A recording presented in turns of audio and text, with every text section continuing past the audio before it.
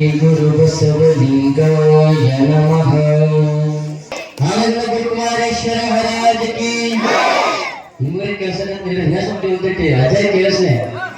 ಶಿವಯೋಗಿ ಪುಟ್ಟರಾಜೇಶ್ವರ ಮಹಾರಾಜ ಕಿ, ಸಕಲ ಸಾಧು ಸಂತ ಮಹಾರಾಜ ಕಿ, ಶಿವಸಾಂಬ ಜನ್ಮ ಪಾರ್ವತಿ ಶಿವಹರ. ಓಂ ಶ್ರೀ ಗುರು ಬಸವಲಿಂಗಾಯ ನಮಃ. ಓಂ ಶ್ರೀ ಗುರು ಬಸವಲಿಂಗಾಯ ನಮಃ. ಓಂ ಶ್ರೀ ಗುರು ಬಸವಲಿಂಗಾಯ ನಮಃ. ಓಂ ಶ್ರೀ ಗುರು ಬಸವಲಿಂಗಾಯ ನಮಃ. ಓಂ ಶ್ರೀ ಗುರು ಬಸವಲಿಂಗಾಯ ನಮಃ. ಓಂ ಶ್ರೀ ಗುರು ಬಸವಲಿಂಗಾಯ ನಮಃ.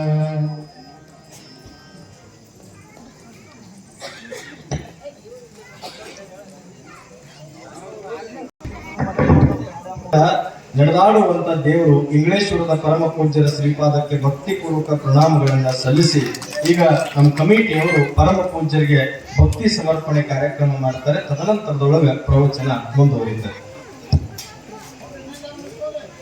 ಎಲ್ಲ ಈ ಊರಿನ ಎಲ್ಲ ದೈವದ ಪರವಾಗಿ ಇವತ್ತು ವೇದಿಕೆಗೆ ಆಗಮಿಸಿದಂತ ಇಂಗ್ಲೇಶ್ವರದ ಶ್ರೀಮನ್ ನಿರಂಜನ ಪ್ರಣವ ಸ್ವರೂಪಿ ಚನ್ನಬಸವ ಮಹಾಸ್ವಾಮಿಗಳವರಿಗೆ ಭಕ್ತಿ ಸಮರ್ಪಣೆ ಕಾರ್ಯಕ್ರಮ ಜೋರಾದ ಅಭಿಮಾನದ ಚಪ್ಪಾಳೆಗಳೊಂದಿಗೆ ಪರಮ ಪೂಜ್ಯರಿಗೆ ಭಕ್ತಿಯನ್ನ ಸಲ್ಲಿಸೋಣ. ಶಿವಸಾಂಬ ಜನ್ಮ ಪಾರ್ವತಿ ಶಿವಹರ ಹರ. ಜಗಜ್ಯೋತಿ ಬಸವೇಶ್ವರ ಮಹಾರಾಜ ಕಿ. ಕಡಕೋಳದ ಮಡಿವಾಳಪ್ಪನವರು ಒತ್ತ ತಾವೆಲ್ಲ ಹೆಸರು ಕೇಳಿರ್ಬೋದು. ಕಡಕೋಳದ ಮಡಿವಾಳಪ್ಪನವರಿಗೆ ಮನಸ್ಸು ಹಾಕುರಿಯಾಕತ್ತಿತ್ತು. ಎದಕ್ಕ ತಿಳ್ಕೊಂಡು ಕೇಳಿದ್ರ, ನನ್ನ ಕಾಯವನ್ನ ಉದ್ಧಾರ ಮಾಡುವಂತ ಗುರುನಾಥ ನನಗೆ ಬೇಕಾಗ್ಯದ, ನನಗ ಗುರುದೀಕ್ಷೆ ಬೇಕಾಗ್ಯದ ತಿಳ್ಕೊಂಡು ಅಲ್ಲಿ ಇಲ್ಲಿ ಹಲವಾರು ಮಠ ಮಂದಿರಗಳನ್ನ ತಿರುಗಾಡಿ ಬಂದಿದ್ರು. ಆದ್ರ ಯಾರೂ ಸಹಿತವಾಗಿ ಅವರಿಗೆ ಗುರುದೀಕ್ಷೆ ಕೊಡಾಕ ಯಾವ ಮಠಾಧೀಶರು ಸಹಿತ ಒಪ್ಪಿಗೆ ಮಾಡಿದ್ದಿಲ್ಲ. ಯಾಕ ತಿಳ್ಕೊಂಡು ಕೇಳಿದ್ರ, ಕಡಕೋಳದ ಮಡಿವಾಳಪ್ಪನವರ ತಾಯಿ ಒಂದು ಜಾತಿ, ತಂತಿ ಒಂದು ಬ್ಯಾರೆ ಜಾತಿ. ಈ ವ್ಯವಸ್ಥೆಯೊಳಗ ಯಾವ ಸ್ವಾಮಿಗಳು ಸಹಿತ ಅವನಿಗೆ ಶಿಷ್ಯಮಗನ ಮಾಡಿಕೊಳ್ಳಾಕ ತಯಾರಿದ್ದಿದ್ದಿಲ್ಲ. ಕೊನೆಗೆ ಆ ಹುಡುಗ ಬ್ಯಾಸತ್ತು ಬಿಟ್ಟಿದ್ದ ಈ ಜಗತ್ತಿನೊಳಗೆ. ನೋಡಿ ನೋಡಿ ನೋಡಿ ನೋಡಿ ನೋಡಿ, ಇದು ಜಾತಿ ವ್ಯವಸ್ಥೆ ಅನ್ನೋದು ಈಗಂತೂ ಬಿಡ್ರಿ ನೀವು, ಹಿಂದಿನ ಕಾಲದೊಳಗೂ ಸಹಿತ ಬಿಟ್ಟಿಲ್ಲ. 12ನೇ ಶತಮಾನದೊಳಗ ಕಲ್ಯಾಣದೊಳಗ ಸಂಬೋಳಿ ನಾಗಣ್ಣ ಅನ್ನುವಂತವ ದಲಿತ ಸಮುದಾಯಕ್ಕೆ ಸೇರಿದಂತ ಮನುಷ್ಯ. ಅವಾಗ ಅವ್ರಿಗೆ ಈ ಬ್ರಾಹ್ಮಣರ ಕೇರಿಯೊಳಗ ಅಗ್ರಹಾರದೊಳಗ ಬರಬೇಕಾಗಿತ್ತು ಅಂತ ತಿಳ್ಕೊಂಡು ಕೇಳಿದ್ರ, ಹಿಂದ್ ಕಸಬರ್ಗಿ ಕಟ್ಕೋಬೇಕು, ಮುಂದೆ ಡೆಬ್ಬಿ ಕಟ್ಕೋಬೇಕು ಅಂತ ಪರಿಸ್ಥಿತಿ ಇತ್ತು. ಒಮ್ಮೆ ತಿಳಿಲಾರ್ದಕ್ಕ ಬ್ರಾಹ್ಮಣರ ಅಗ್ರಹಾರದೊಳಗೆ ಸಂಬೋಳಿ ನಾಗಣ್ಣ ಬಂದ್ಬಿಟ್ಟ. ಯಾವಾಗ ಅವನು ನೋಡಿದ್ರು ಎಲ್ಲರೂ ಸಹಿತ ಕೆಂಡ ಮಂಡಾಗಿ ನೀ ಹೊಡಿ ನಾ ಹೊಡಿ ತಿಳ್ಕೊಂಡು ಅವನಿಗೆ ಹೊಡ್ಯಾಕ ಚಾಲು ಮಾಡಿದ್ರು. ಹ್ಯಾಂಗ್ ಹೊಡೆದು ತಿಳ್ಕೊಂಡು ಅಂದ್ರ, ಅವನ ಎರಡೂ ಕಣ್ಣು ದೃಷ್ಟಿ ಹೋಗುವಂಗ ಅವನ ಹಣ್ಣು ಗಾಯಿ ನೀರ್ ಗಾಯಿ ಮಾಡುವಂಗ ಹೊಡೆದು ಬಿಟ್ಟ. ನೋಡ್ರಿ, ಕಣ್ಣು ಹೋದ ಮ್ಯಾಗ ಒಂದು ಮೈ ಹೊಡೆದಿದ್ದೆಲ್ಲ ಪೆಟ್ಟ, ಇನ್ನೊಂದು ಕಣ್ಣು ಹೋದ ಬಳೆ ಕಲ್ಯಾಣದ ಬೀದಿಯೊಳಗೆ ಬಿದ್ದು ಸಂಬೋಳಿ ನಾಗಣ್ಣ ಅಳಾಕತ್ತ. 1 ತಾಸು ಹತ್ತ, 2 ತಾಸು ಹತ್ತ, 2.5 ತಾಸು ಆದ ಮ್ಯಾಗ ಒಬ್ರು ಯಾರೋ ಬಂದು, ಯಾಕೋ ನಗಣ್ಣ ಬಾಳ ತ್ರಾಸ ಆಯ್ತು ನೋ ನಿನಗ ತಿಳ್ಕೊಂಡು ರಟ್ಟೆಯಾಗ ಕೈ ಹಾಕಿ ಎಬಿಸಿ ನಿಂದ್ರಿಸಿದ್ರತ್ತ. ಅವಾಗ ಸಂಬೋಳಿ ನಾಗಣ್ಣ ಅಂತಾನ, ಯಪ್ಪ ಬಸವಣ್ಣ ನೀ ಬಂದೆ ಅಯ್ಯಪ್ಪ, ನೀ ಬಂದೆ ತಿಳ್ಕೊಂಡು ಅವ್ರ ಕಾಲಿಗೆ ನಮಸ್ಕಾರ ಮಾಡಕ್ ಹೋದ. ಬಸವಣ್ಣನವ್ರು ಕೇಳ್ತಾರ, ನಾನು ನಿನಗೆ ಕಣ್ಣೇ ಕಾಣಕ್ಕಿಲ್ಲ, ಕಣ್ಣಿನ ತುಂಬೆಲ್ಲ ರಕ್ತದ ಮಳು ನಿಂತದ, ನನ್ನ ಹ್ಯಾಂಗ ನೀ ಗುರ್ತು ಹಿಡಿದಿ ಅಂತ ತಿಳ್ಕೊಂಡು ಕೇಳಿದ್ರಂತ ಬಸವಣ್ಣನವ್ರು. ಅವಾಗ ಸಂಬೋಳಿ ನಾಗಣ್ಣ ಹೇಳಿದಂತ, ಯಪ್ಪ ಕಲ್ಯಾಣದೊಳಗ ಬಿದ್ದವರನ್ನ ಎತ್ತವ ಯಾರು ಅಂತ ತಿಳ್ಕೊಂಡು ಅಂದ್ರೆ ನೀನೇ ಒಬ್ಬನೇಯಪ್ಪ, ನಿನ್ನನ್ನು ಬಿಟ್ಟ ಕಲ್ಯಾಣದಾಗ ಯಾರು ಸಂಖ್ಯೆ ಎತ್ತಿಲ್ಲ ಅಂತ ತಿಳ್ಕೊಂಡು ಹೇಳಿದಂತ. ಈ ಜಾತಿ ವ್ಯವಸ್ಥೆ ಅನ್ನೋದು ಬಹಳ ವಿಚಿತ್ರವಾದಂತ ವ್ಯವಸ್ಥೆ ಇತ್ತು. ನೋಡ್ರಿ, ಹಲವಾರು ಮಠ ತಿರುಗಿ ಬಂದಂತ ಮಡಿವಾಳಪ್ಪಗ ಯಾರು ನಿನ್ನ ಶಿಶುಮಗ ಅಂತ ತಿಳ್ಕೊಂಡು ಅವನಿಗೆ ಅನುಗ್ರಹ ಕೊಡಾಕ ಯಾವ ಸ್ವಾಮಿಗಳು ಸಹಿತ ಧೈರ್ಯ ಮಾಡಲಿಲ್ಲ. ಆ ಬಿದನೂರಿನೊಳಗ ಮಲ್ಲನಗೌಡರು ಅನ್ನುವಂತ ತಿಳುವಳಿಕೆ ಇದ್ದಂತ ಮನುಷ್ಯ, ಅವನಿಗೆ ಯಾರೋ ಹೇಳಿದ್ರು, ಏನಂತ, ಗೌಡ್ರ ಈ ಮಡಿವಾಳ ಅಪ್ಪಗ ದೀಕ್ಷಾ ಹೊಂದಬೇಕಾಗಿತ್ತು ಅಂತ ತಿಳ್ಕೊಂಡು ಕೇಳಿದ್ರ, ಇದು ಯಾರಿಂದಲೂ ಸಹಿತ ಆಗಂಗಿಲ್ಲ. ಅರುಳಗುಂಡಿಗೆಗೆ ಹೋಗ್ರಿ, ಅರುಳಗುಂಡಿಗೆಯೊಳಗ ದಾಸೋಹಕ್ಕೆ ಹೆಸರಾಗುವಂತ ಶರಣ ಬಸಪ್ಪನವರು ಇದಕ್ಕೆ ಏನಾರ ಒಂದು ದಾರಿ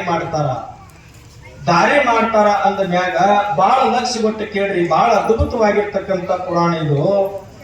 ಮಲ್ಲನ ಗೌಡರು ಆ ಸಣ್ಣ ವಯಸ್ಸಿನ ಕಡಕೋಳದ ಮಡಿವಾಳಪ್ಪನ ಕರ್ಕೊಂಡು ಎಲ್ಲಿಗೆ ಬರ್ತಾರ ಅಂತ ತಿಳ್ಕೊಂಡು ಕೇಳಿದ್ರ ಅರುಳಗುಂಡಿಗೆಗೆ ಬರ್ತಾರ. ಅರುಳಗುಂಡಿಗೆಗೆ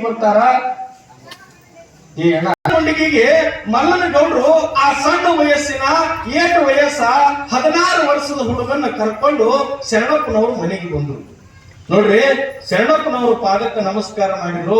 ಮಡಿವಾಳಪ್ಪನ ಹೋಗಿ ಕಲಬುರಗಿ ಶರಣ ಬಸಪ್ಪನವರು ಪಾದಕ್ಕೆ ನಮಸ್ಕಾರ ಮಾಡಿ ಮಲ್ಲನ ಗೌಡರು ಹೇಳಿದ್ರು, ಯಪ್ಪ ಮಡಿವಾಳಪ್ಪನ ಬಗ್ಗೆ ನಿಮ್ಗೆಲ್ಲ ಗೊತ್ತಾದ.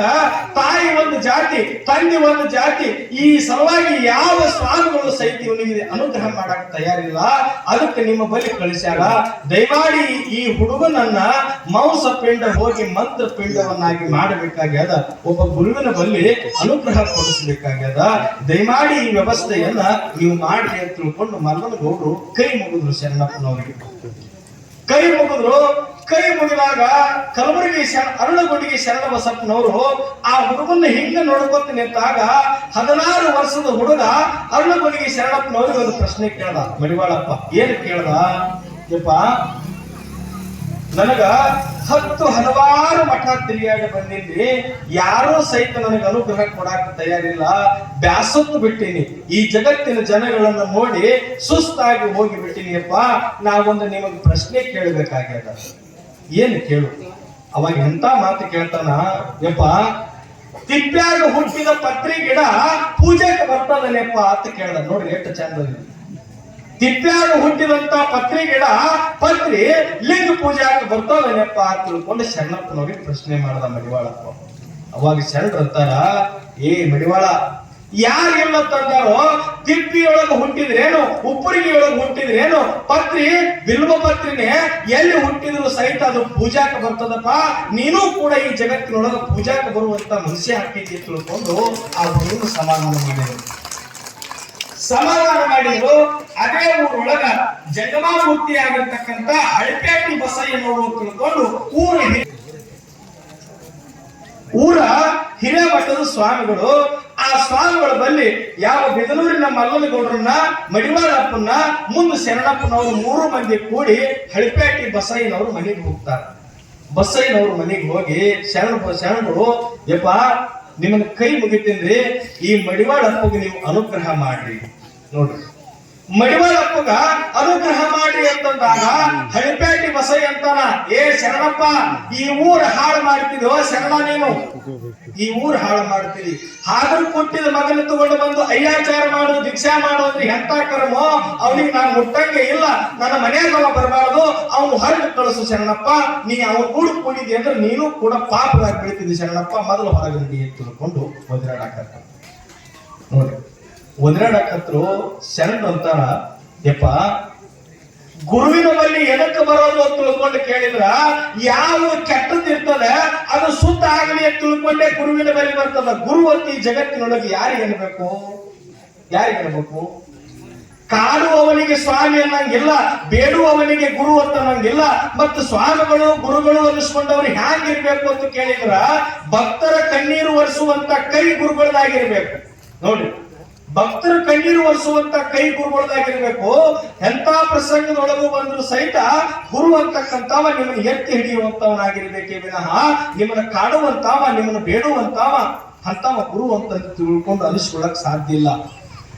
ಶರಣರು ಹೇಳ್ತಾರ ಹಳಪೇಟಿ ಬಸಯ್ಯಗ, ಸ್ವಾಮಿಗಳ ನೀವು ಮೂರ್ತಿ ಮಾಡ್ಬೇಕಾದವ್ರು, ನೀವೇ ಜಾತಿ ಎಣಿಸುವಂತ ಕುಂತ್ರ ಅವನ ಪರಿಹಂಗ ಅಂತ ಎಣಿಸುವಂತ ಕುಂತ್ರ ಈ ಸಮಾಜ ಉದ್ಧಾರ ಆಗೋದು ಹೆಂಗ್ರಿ? ಕೈ ಮುಗಿತೀನಿ. ಆ ಮಡಿವಾಳಪ್ಪ ಮನಸ್ಸು ಹಾತುರಿಯಾಕತ್ತದ, ಗುರುವಿಗೋಸ್ಕರ ಮನಸ್ಸು ಹಾತುರಿಯಾಕತ್ತದ, ಅವನಿಗೆ ಅನುಗ್ರಹ ಮಾಡ್ರಿ ತಿಳ್ಕೊಂಡು ಕೈ ಮುಗಿದ್ರು. ಆ ಹಳಪೇಟಿ ಬಸಯ್ಯ ಶರಣರಿಗೆ ಹೇಳ್ದ, ಶರಣ ಈ ಮಡಿವಾಳ ಬಂದು ನಿನ್ನ ತಲೆ ಕೆಡಿಸ್ಯಾನೋ ಶರಣ, ನಿನ್ನ ತಲೆ ಕೆಡಿಸ್ಯಾನ. ನೀನು ಊರಾಗ 4 ಮಂದಿ ಜಂಗಮರಿಗೆ ಉಳಿಸ್ಬೋತ ದಾಸೋಹಕ್ಕೆ ಇನ್ನೊಂದು ಹೆಸರ ತಿಳ್ಕೊಂಡು ಹೆಸರು ಮಾಡಿದಂತಾವ ಈ ಮಡಿವಾಳಪ್ಪನ ದೀಕ್ಷಾ ಕೊಡಸಾಕ ಬಂದು ನೀನು ಕೂಡ ಇವತ್ತು ಪಾಪದಾಗಿ ಬಿದ್ದಪ್ಪ. ಇವನಿಗೆ ನಾ ಅಂತೂ ಅಯ್ಯಾಚಾರ ಮಾಡಂಗಿಲ್ಲ, ನಾ ಅಂತೂ ಇವನಿಗೆ ದೀಕ್ಷಾ ಕೊಡಂಗಿಲ್ಲ ಅಂತ ತಿಳ್ಕೊಂಡು ಅಂದ್ವಿ. ಯಾವಾಗ ಹಳಿಪ್ಯಾಟಿ ಬಸಯ್ಯನವರು ಯಾವ ಮಡಿವಾಳಪ್ಪಗೆ ದೀಕ್ಷಾ ಕೊಡಂಗಿಲ್ಲ ಅಂತ ತಿಳ್ಕೊಂಡು ಅಂದ್ರು, ಶರಣರು ಅಂದ್ರು, ಯಪ್ಪ ನೀವು ಕೊಡ್ಲಿಕ್ಕೆ ಬಿಡ್ರಿ, ನಾ ಎಲ್ಲರ ವ್ಯವಸ್ಥೆ ಮಾಡ್ತೀನಿ ಅಂತ ತಿಳ್ಕೊಂಡು ಆ ಮಡಿವಾಳಪ್ಪನ ಕರ್ಕೊಂಡು ಬಂದ್ರು. ಮಡಿವಾಳಪ್ಪನ ಕಣ್ಣಾಗ ಧಾರಾಕಾರವಾಗಿ ನೀರು ಹರಿಯಕತ್ತಿತ್ತು. ಯಾಕೆ ತಿಳ್ಕೊಂಡಂದ್ರ ಹಳಿಪ್ಯಾಟಿ ಬಸಯ್ಯ ಒಬ್ಬನೇ ಅಲ್ಲ, ಎಲ್ಲಿ ಯಾವ ಮಠಕ್ಕೆ ಹೋಗ್ತಾರ ಅವನಿಗೆಲ್ಲ ಅನ್ನೋ ಮಾತ ಇದೆ, ಎಲ್ಲ ಅನ್ನೋ ಮಾತ ಇದೆ. ನೋಡ್ರಿ, ಹಾಡ ಬರೀತಾನ ಪುಣ್ಯಾತ್ಮ ಕಡ್ಕೊಳ್ಳೋದು ಮಡಿವಾಳಪ್ಪ. ಎಂತೆಂತ ಹಾಡ ಬರ್ದ ತಿಳ್ಕೊಂಡಂದ್ರ ಅವ್ರು ಒಂದ್ ಹಾಡ ನಮ್ಮ ಜೀವನದೊಳಗೆ ನಮ್ಮನ್ನು ಉದ್ಧಾರ ಮಾಡಿ ಬಿಡ್ತದ. ಒಂದೇ ಹಾಡ, ಅವ್ನು ಮಡಿವಾಳಪ್ಪನ ಒಂದ್ ಹಾಡು ನಮ್ಮ ತಲೆಯಾಗ ಗೊತ್ತು, ನಮಗೆ ತಿಳಿತು, ನಮ್ಮ ಜೀವನನೇ ಬಂಗಾರ ಆಗಿ ಹೋಯ್ತು. ನೋಡ್ರಿ, ಎಂತ ಜ್ಞಾನಿ ಇದ್ದ ಅಂತಂದ್ರ ಭೂತಕಾಲ, ವರ್ತಮಾನ ಕಾಲ, ಭವಿಷ್ಯತ್ ಕಾಲ 3 ಕಾಲದ ಜ್ಞಾನವನ್ನ ಕುರಿತು ಈ ಸಮಾಜಕ್ಕೆ ತಿದ್ದುಪಡಿ ಮಾಡ್ತಾನ. ಅಂತ ಒಂದು ಹಾಡವನ್ನು ನಮ್ಮ ಗವಾಯಿಗಳಿಗೆ ಹಾಡ್ತಾರ. ಮುಂದೇನಾಗುತ್ತದೆ ಅನ್ನೋದನ್ನು ನಾವು ನೀವೆಲ್ಲರೂ ಕೂಡ ನೋಡೋಣ. ದುಡಿದುಣ್ಣುವ ರೈತರಿಗೆ ಏನಿಲ್ಲ ರೊಕ್ಕ, ದುಡಿಯದ ಬಂಟರಿಗೆ ಏನೆಲ್ಲ ಬಿಂಕ, ದುಡಿಸಿಕೊಳ್ಳುವ ಜನಕ್ಕೆ ಬಾರಿ ಐತಿ ಸೊಕ್ಕ, ದುಡಿಸಿಕೊಳ್ಳುವ ಜನಕ್ಕೆ ಬಾರಿ ಐತಿ ಸೊಕ್ಕ.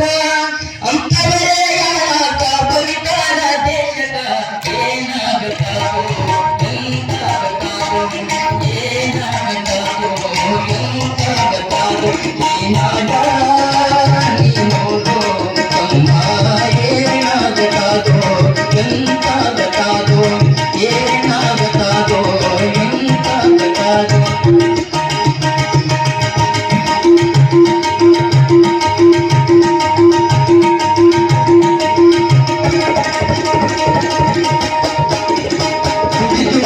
ರೈತರಿಗೆ ಏನಿಲ್ಲ ರೊಕ್ಕ, ದುಡಿಯದ ಬಂಟರಿಗೆ ಏನೆಲ್ಲ ಬಿಂಕ, ದುಡಿದುಣ್ಣುವ ರೈತರಿಗೆ ಏನಿಲ್ಲ ರೊಕ್ಕ, ದುಡಿಯದ ಬಂಟರಿಗೆ ಏನೆಲ್ಲ ಬಿಂಕ, ದುಡಿಸಿಕೊಳ್ಳುವ ಜನಕ್ಕೆ ಬಾರಿ ಐತಿ ಸೊಕ್ಕ, ದುಡಿಸಿಕೊಳ್ಳುವ ಜನಕ್ಕೆ ಬಾರಿ ಐತಿ ಸೊಕ್ಕ. ಅಂತವರೇ ಯಾರಾಗ ಬರುತ್ತಾರ ದೇಶಕ, ಏನಾಗತಾರೋ ಎಂತಾಗತಾರೋ, ಏನಾಗತಾರೋ ಎಂತಾಗತಾರೋ.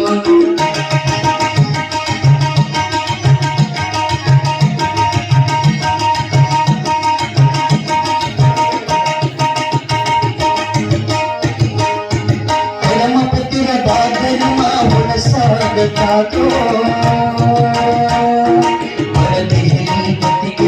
ಗಂಡ ಹುಟ್ಟ ತಾನು, ಪರಮಪತಿರದ ಧರ್ಮ ಉಳಸಾಗತಾರೋ, ಗತಿಗರಗುವ ಗಂಡ ಹುಟ್ಟ ತಾನು.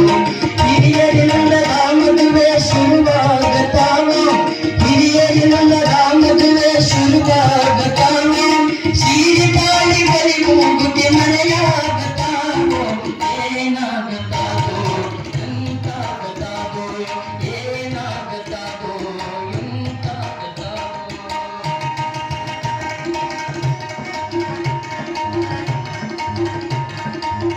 ಪೀಠದಲ್ಲಿ ಭೋಗ ಪಾಠ ನಡೆಯುತ್ತಾರೋ, ಭೋಗಿ ಜನರ ಕೈಯಲ್ಲಿ ಯೋಗಿ ಕುಣಿದು ಮಿಡಿತಾರೋ, ಯೋಗ ಪೀಠದಲ್ಲಿ ಭೋಗ ಪಾಠ ನಡೆಯುತ್ತಾರೋ, ಭೋಗಿ ಜನರ ಕೈಯಲ್ಲಿ ಯೋಗಿ ಕುಣಿದು ಮಿಡಿತಾರೋ. ಯೋಗ ತ್ಯಾಗ ದಾನ ಧ್ಯಾನ ಕೈಯದವರು ಬರುತ್ತಾರೋ, ಯೋಗ ತ್ಯಾಗ ದಾನ ಧ್ಯಾನ ಕೈಯದವರು ಬರುತ್ತಾರೋ. ಅಂತವರಿಗೆ ಗುರು ಕಟ್ಟಾರ ನಿಧವ ಅಳತಾರೋ, ಏನಾಗತಾರೋ ಎಂತಾಗತಾರೋ, ಏನಾಗತಾರೋ ಎಂತಾಗತಾರೋ.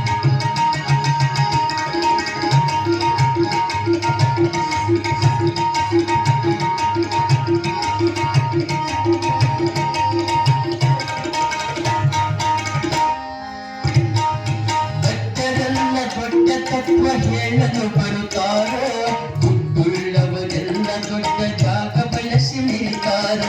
ಭಕ್ತರೆಲ್ಲ ದೊಡ್ಡ ತತ್ವ ಹೇಳಲು ಬರುತ್ತಾರೋ, ದುಡ್ಡುಳ್ಳವರೆಲ್ಲ ದೊಡ್ಡ ಜಾಗ ಬಳಸಿ ಮಿಡಿತಾರೋ.